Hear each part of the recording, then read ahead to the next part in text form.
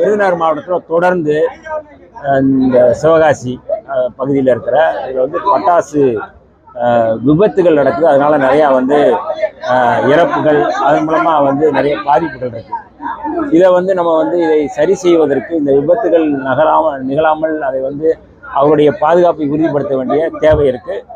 அதிகாரிகள் இது சம்மந்தப்பட்ட அதிகாரிகள் கூடுதலாக என்ன அப்படின்னா, இங்கே நம்ம வந்து பேசும்போது சட்டவிரோத கடைகள் இருக்கல, சட்டவிரோத தொழிற்சாலை இருக்குங்கிற பேரில் வந்து நிறையா வந்து அதிகாரிகளே வந்து மக்களை வந்து அச்சுறுத்துகின்ற வேலையில் செய்கிறாங்க அப்படிங்கிற ஒரு குற்றச்சாட்டு பண்ணுறாங்க.